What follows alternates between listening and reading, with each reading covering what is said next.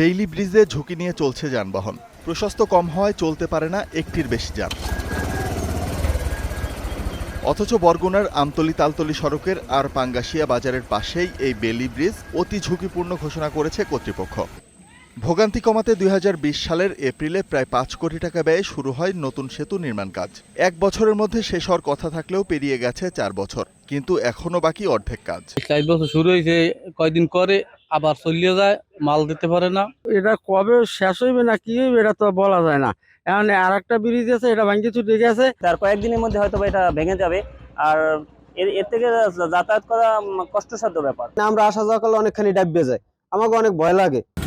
একই চিত্র বরগুনা সদর, আমতলী ও তালতলী উপজেলার আরও ৭টি সেতুর। ৫ আগস্ট রাজনৈতিক পট পরিবর্তনের পর দেখা নেই ঠিকাদারের, তাই দুর্ভোগ সঙ্গী করেই পথ চলতে হয় স্থানীয়দের। পুরান ব্রিজটি এটা ওই টিএনও ম্যাজিস্ট্রেট মাঝে মাঝে আসছে রক্ষণাবেক্ষণ করলে আবার ১৫ দিন ১ মাস ২ মাস যায়, আবার নষ্ট হয়ে যায়। বছর বছর কাজ ফালাই রাখছে, মানুষের যাতায়াতে খুব কষ্ট হইতেছে, আর মালামালও তেমন ভালো দিচ্ছে না। আমাদের এপার থেকে ওপারে একটা হাই স্কুল আছে, ওই হাই স্কুলে আমাদের এখান থেকে অনেক শিক্ষার্থীরা যাওয়া আসা করে।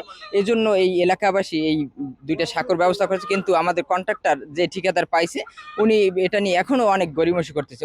যদিও অভিযুক্ত ঠিকাদারের দাবি সেতু নির্মাণে ধীরগতির কারণ নকশা ও ভূমি জটিলতা। আর এলজিডি বলছে ফের কাজ শুরু হয় দ্রুতই খুলে দেয়া হবে সব সেতু। অ্যাপ্রোচের ঝামেলা মিট করতে পারে না বিধে আমরা ওপেন করতে পারতেছি না।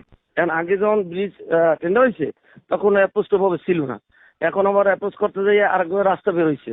এগুলো কোন জায়গায় কি বের হয়েছে এগুলো টোটালটা তারা এস্টিমেট করতেছে। এরা ওইটা অনুমোদন করে দিলে কন্ট্রাক্টর করতে পারবে, না দিলে তো কন্ট্রাক্টর করতে পারবে না। আমরা ঠিকাদারদেরকে নিয়ে মিটিং করেছি এবং বেশ কয়েকটা ক্ষেত্রে আমাদের ডিজাইন বিষয়ক কিছু জটিলতা ছিল, যেগুলো আমরা আমাদের পিডিএমের মাধ্যমে এবং ডিজাইন ইউনিটের মাধ্যমে সংশোধন করিয়েছি এবং আমরা আশা করছি আমাদের এই প্রত্যেকটা সেতু প্রদেয় সময়ের মধ্যেই ঠিকাদারের মাধ্যমে সমাপ্ত করতে পারবো এবং জনভোগান্তি লাঘব হবে। ৮ সেতুতে মোট খরচ ধরা হয়েছে প্রায় ৪৫ কোটি টাকা। Desk report, star news.